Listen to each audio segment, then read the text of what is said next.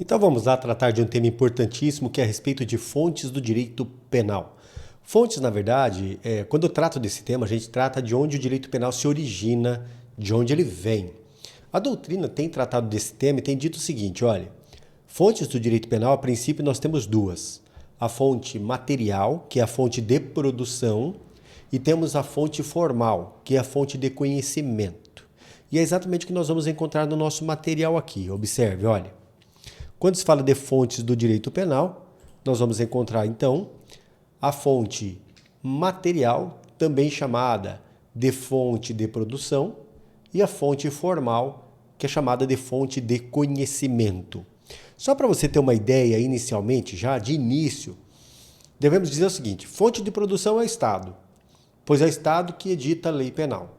Ponto. De maneira muito simples é isso. Fonte formal é a fonte de conhecimento. A gente deve levar em conta, quando a gente faz essa classificação, determinar qual é o instrumento por meio do qual o direito penal chega ao conhecimento dos seus destinatários. Através de qual instrumento você, eu, nós, tomamos conhecimento do direito penal? Através da lei. Então, a lei é o instrumento que me permite conhecer o direito penal. Então, fonte formal é isso, fonte de conhecimento, instrumento por meio do qual o direito penal a nós se apresenta. Por exemplo, a doutrina, a jurisprudência, constituem também instrumentos por meio dos quais o direito penal chega ao conhecimento dos destinatários. Então, quando se fala em instrumento, estamos falando de fonte formal. Quando a gente fala de fonte de produção, é quem faz a lei, é quem edita a lei, tá certo? Essa é a noção que eu quero que você tenha de início. Vamos dar uma olhada então no nosso material ali, preste muita atenção, olha. Já destacamos que fonte pode ser material ou formal. Vejamos então, quando se fala de fonte material, estamos falando que o direito penal será editado pelo Estado, correto? Perfeito. Se o direito penal será editado pelo Estado, a fonte material, ou seja, a fonte de produção, é o Estado. Só que no nosso caso, é importante chegarmos à seguinte conclusão, ou destacarmos, que o nosso Estado é uma república federativa, onde eu tenho vários entes que compõem a república, que compõem o Estado. A pergunta é muito simples. Se eu dependo de uma lei a ser editada para ter o direito penal, eu quero saber quem é que edita essa lei. De acordo com o artigo 22 da Constituição Federal, a competência legislativa para tratar de direito penal é da União, ordinariamente da União. Portanto, em regra, quem trata de direito penal é a União. Quem cria a lei penal é a União. Artigo 22, inciso 1º da Constituição Federal. Excepcionalmente, os Estados-membros e o Distrito Federal também poderão tratar de direito penal.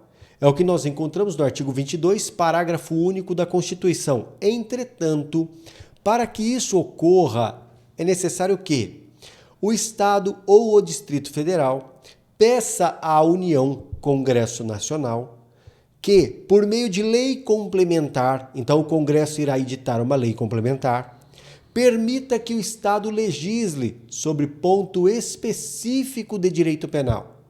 Então nós temos que ter o quê? Primeiro, que tenha uma lei complementar e que essa lei complementar permita ao Estado legislar a respeito de matéria específica de direito penal. É o que nós temos no artigo 22, parágrafo único da Constituição Federal. Então, fonte material de direito penal será a União, ordinariamente, e excepcionalmente os Estados-membros e o Distrito Federal.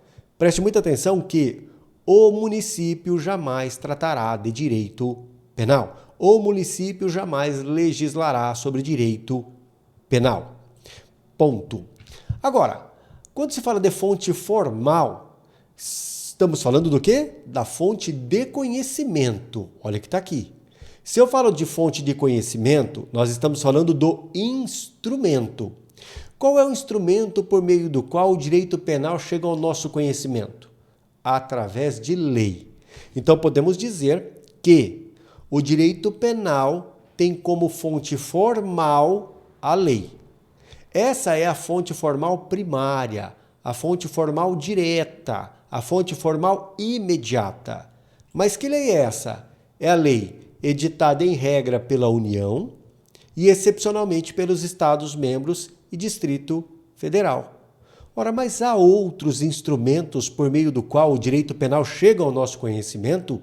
Sim, nós temos aqui a fonte ou as fontes formais mediatas, secundárias ou indiretas. E nós teremos a doutrina, a jurisprudência, os costumes e os princípios gerais de direito.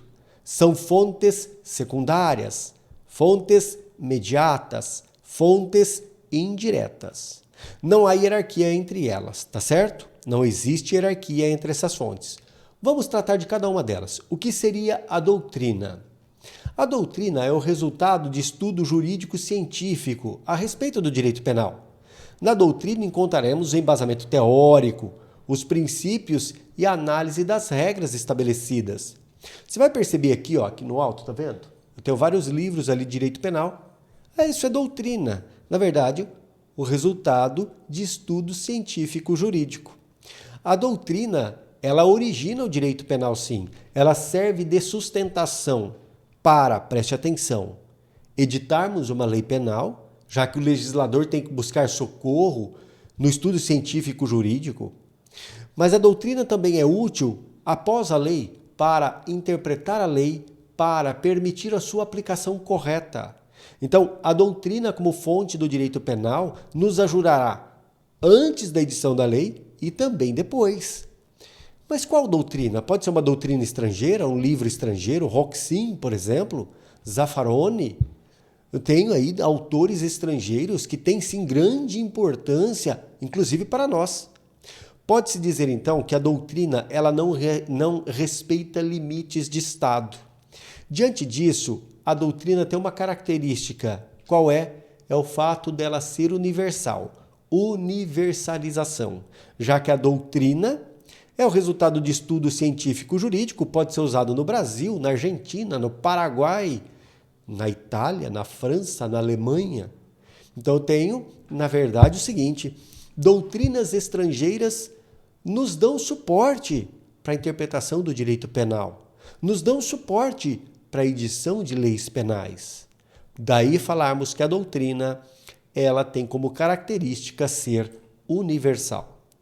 A jurisprudência também é fonte do direito penal. A jurisprudência é o resultado de julgamentos reiterados de nossos tribunais a respeito de situações concretas.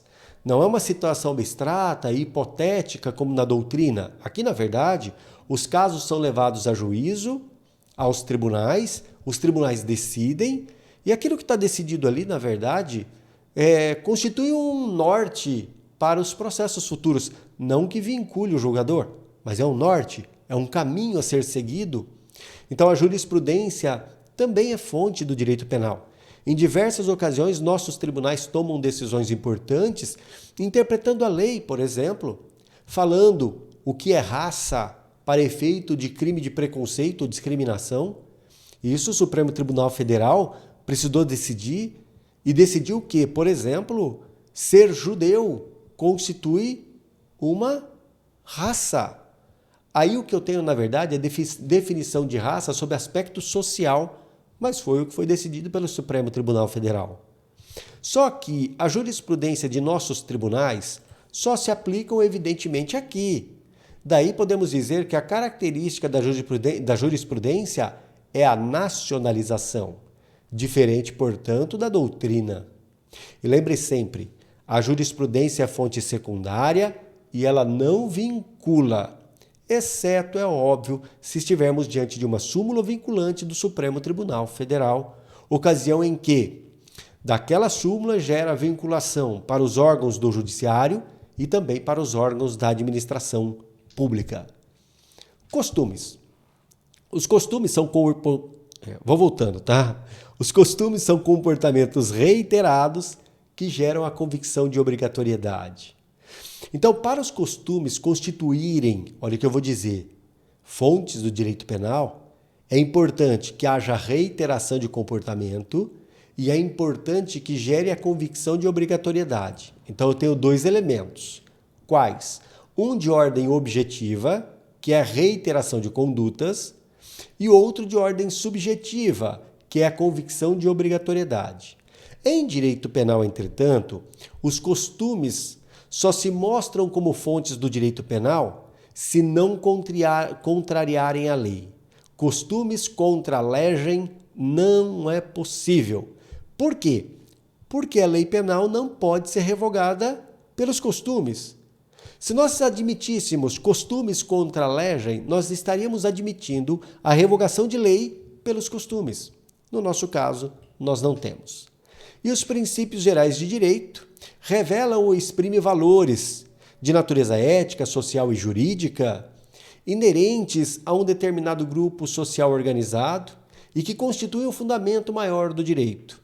Essa é a conceituação dada pelo professor Luiz Regis Prado a respeito de princípios gerais de direito, por exemplo, equidade, noção de justiça. É isso, tá bem? Então são fontes de direito penal, fontes secundárias.